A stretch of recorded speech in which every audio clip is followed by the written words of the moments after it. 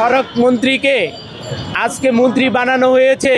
Election commission জানেন, election commission কি জানেন যে যে মন্ত্রী হয়েছেন সে সাংবাদিক হত্যার একজন আসামি। তাকে কি করে নির্বাচনে দাঁড় করিয়েছেন, আবার ইঞ্জিনিয়ারিং করে তাকে পাশ করিয়ে আবার চাঁদাবাজির বৈধতাটাও করে দিচ্ছেন। এটা জাতির কাছে খুবই হাস্যকর। ঋণ খেলাপি নিয়ে অনেক কথাই হয়েছে, আজকে যিনি নিয়ে কথা হচ্ছে তেনার হলো চাঁদাবাজি। তিনি খালি চাঁদাবাজি করেন নাই, সাংবাদিক হত্যা করেছেন। সাংবাদিক হত্যার একজন কিলার হিসাবে সে পেয়েছেন।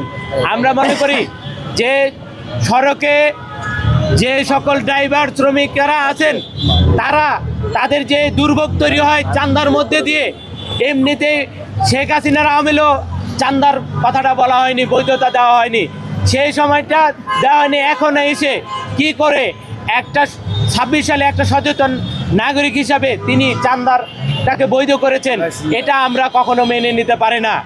জাতির কাছে এবং সরকারের কাছে প্রশ্ন, এবং তারেক জিয়ার কাছে প্রশ্ন যে আপনি যে সকল আপনার আন্ডারে যে সকল মন্ত্রী বানিয়েছেন আপনি একটু খোঁজ নিয়ে দেখবেন তারা কিভাবে চাঁদাটাকে বৈধ করেছেন।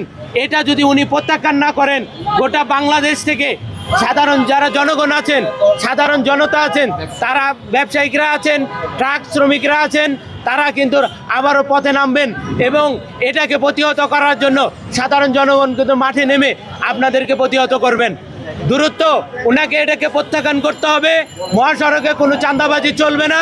সাধারণ মানুষের যে সুযোগ সুবিধা, ট্রাক বাসের যে সুযোগ সুবিধা, মালিকদের যে সুযোগ সুবিধা, সেই সুযোগ সুবিধাটা দিতে হবে। অন্যথায় আমাদের যে সংগ্রাম, আমাদের এনসিপির যে সংগ্রাম চাঁদাবাজি নির্মূলে আমরা সবসময় মাঠে থাকবো। খুব দুঃখজনক বিষয়, একটা জিনিস না বললেই না, যে মির্জা সালাউদ্দিন তিনি ইলেকশনের আগে বলেছেন যে হাবটে নেবেন, পক্ষে থাকবেন, হাবটের সবাইকে ভোট দিতে বলেন। তারেক সাহেবও তিনি এক মঞ্চে বলেছেন হাবটের পক্ষে তিনি ভোট দিতে বলেছেন। বলার পরে একই বলা হয়েছিল যে সংসদে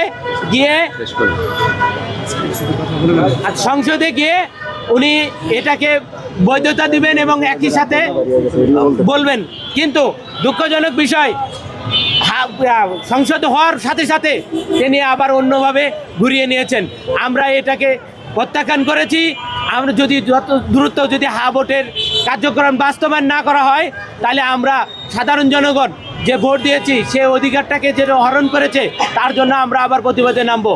এবং বরাবরই বললেও যে চাঁদাবাজি নির্মূলের জন্য এই তেজগাঁ স্ট্যান্ড থেকে শুরু হয়েছে গোটা বাংলাদেশ এই চাঁদাবাজি নির্মূলের জন্য কর্মসূচি চলবে।